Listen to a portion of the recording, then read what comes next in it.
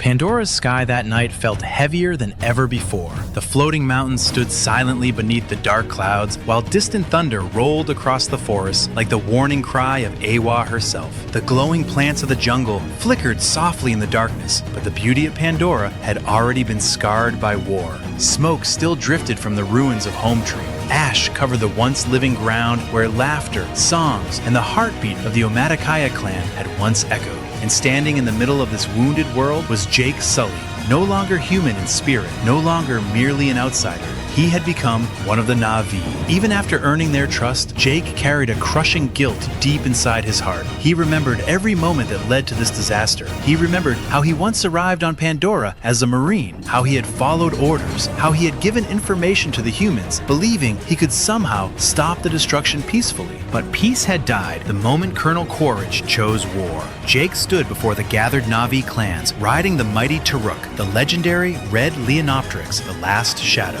The wind howled around him as thousands of Na'vi warriors looked upward in stunned silence. To them, Taruk Makto was not just a rider, it was a symbol, a legend returned from ancient times. The orange firelight reflected across Neytiri's eyes as she stared at Jake. Even now, after everything, there was pain hidden inside her gaze. She loved him deeply, yet the wounds of betrayal had not completely disappeared. But tonight, there was no time for anger. Tonight, Pandora itself stood at the edge of death. Inside her laboratory, Dr. Grace Augustine lay dying. Her body had already been weakened after being shot during the escape from Home Tree. Around her stood Jake, Neytiri Moat, and the clan. In desperation, they attempted something never done before, transferring Dr. Grace permanently into her avatar body through the sacred Tree of Souls. The bioluminescent tendrils connected. The voices of Pandora whispered through the air. Energy flowed like rivers of light around Dr. Grace's body. Dr. Grace opened her eyes weakly one last time. She whispered softly, "I'm with her, Jake. She's real." Then she was gone. The entire gathering fell into painful silence. Jake lowered his head in grief. Dr. Grace had been one of the few humans who truly loved Pandora. One of the few who saw the Na'vi not as savages, but as people. Her death felt like the final proof that war had consumed everything. But dawn was approaching, and with it came battle. Jake's voice echoed across the gathering. He told them that they can take whatever they want.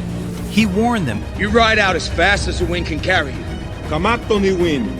You tell the other clans to come. The Na'vi listened in silence, gripping their bows tightly. Some were afraid, and others burned with rage. But beneath every emotion was one truth. And that this is our land! Soon, warriors from distant clans began arriving across the glowing forests and floating mountains. Dire horses thundered across the plains, and banshees screamed through the skies.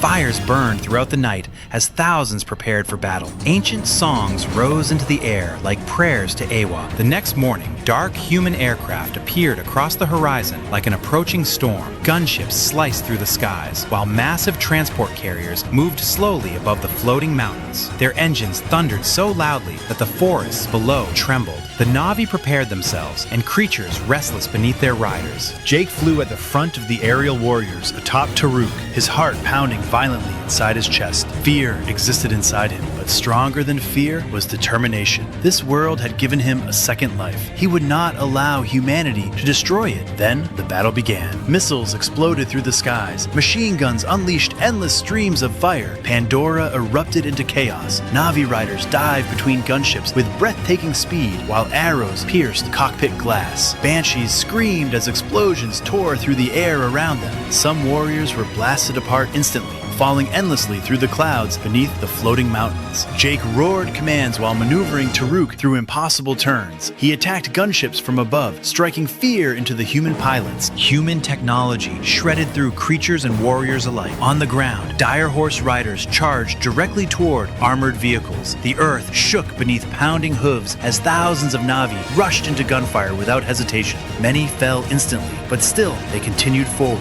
because surrender meant extinction. Neytiri fought like pure fury itself. Her arrows flew with deadly precision, striking soldiers one after another. Tears mixed with rage inside her eyes as memories of Home Tree's destruction burned through her mind. Every scream, every death, every falling branch returned to her during battle. And then tragedy struck again. Tsute, the fearless warrior who once hated Jake, led a brave assault against the human aircraft. He fought with unmatched courage, leaping onto enemy ships while attacking soldiers directly. But during the assault, he was critically wounded. His Banshee spiraled downward through smoke and fire. Jake watched helplessly as Tsute crashed. Pain spread across the battlefield as many Na'vi realized their strongest warriors were dying one after another. The humans pushed forward relentlessly. Bombers approached the Tree of Souls itself, the spiritual heart of Pandora. If the tree fell, hope would die with it. Inside his aircraft, Colonel Quaritch prepared the final strike personally. Cold determination burned inside his eyes. He would finish the Na'vi no matter the cost. Jake saw the bombers approaching and realized the horrifying truth. They were losing. Despite all their bravery, despite all their sacrifices, the Na'vi could not stop the machines alone. Neytiri begged Pandora itself to help them. Then suddenly, the forests awakened.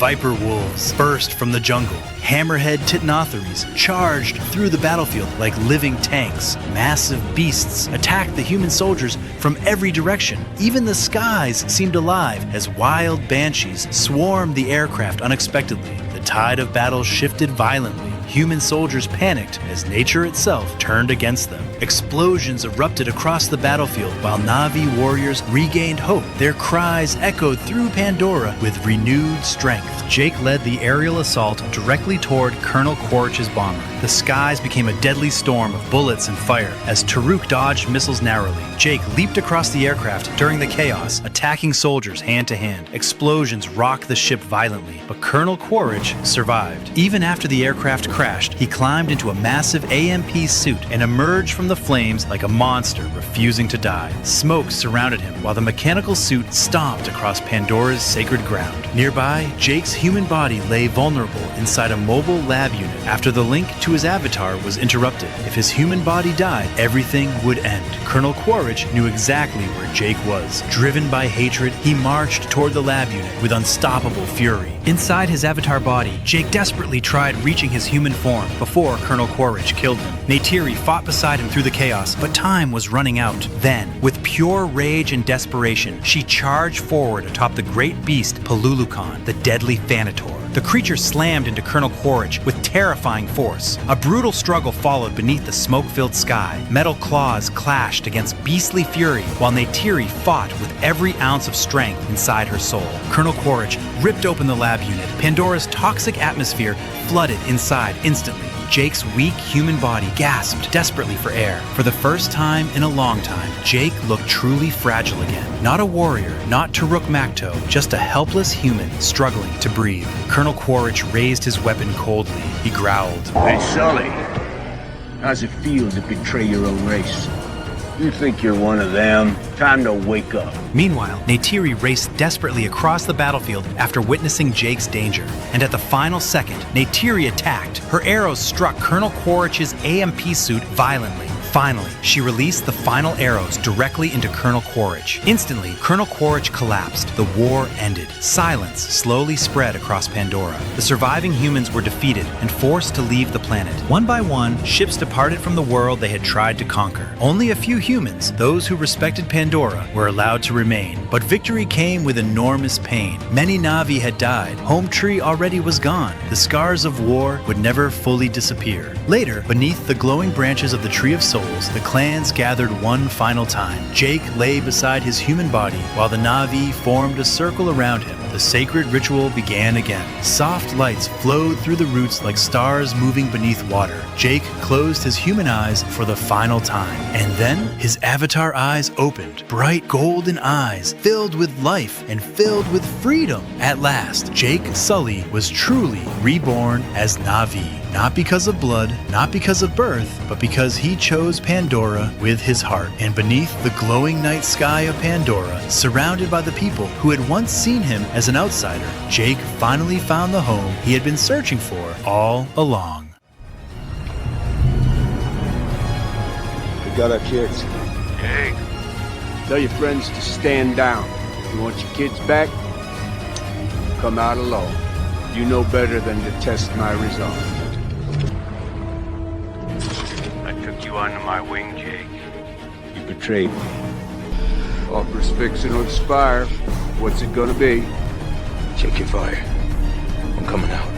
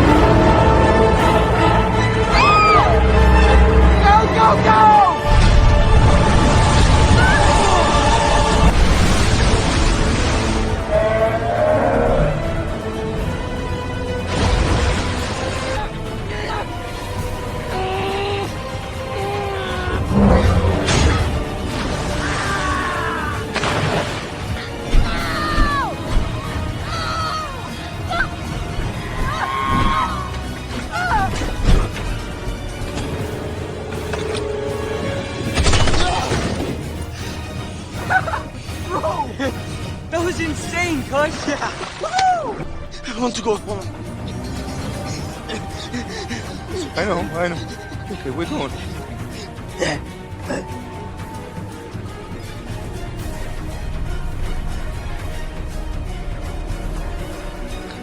The damn! No, Big Mother. No, Big Mother. Please. Oh, my son. My son!